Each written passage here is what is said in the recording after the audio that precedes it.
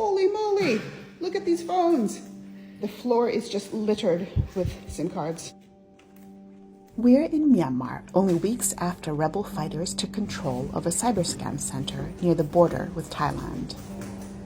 For years, Chinese criminals have used ordinary office spaces like this in the middle of the jungle to target Americans in elaborate online fraud. Okay, here we are, the nerve center of this multi-billion-dollar industry that is scamming people all across the world.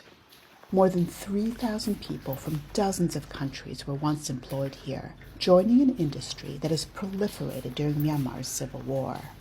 There's just row after row of monitors. Looks just like a normal office park. This is all evidence of scamming. Many of the workers fled, leaving behind documents and records detailing the scams. This looks like a receipt. There were also piles of electronic equipment, the main tools of their trade. Here are AT&T SIM cards, so you can just pretend that you're calling from the United States. The scammers would act like potential love interests and send messages to their targets on social media.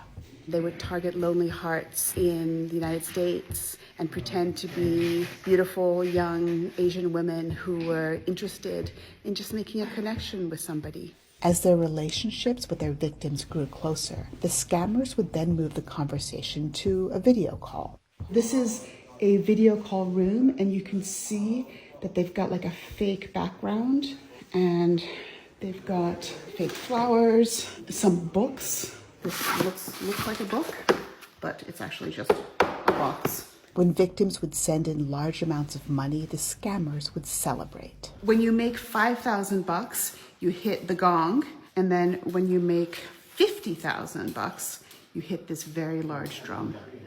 And in between is the god of wealth. Jesus Christ, it's close. Our visit was punctuated by the thud of mortar rounds that forced us to seek cover. Hurry. But many of the Chinese workers still living in the complex seemed unfazed about being in the middle of a war zone. Hey, 你好，你们吃什么样的菜? We tried to speak to some of them during our visit to the compound. These are the scammers who are not willing to leave.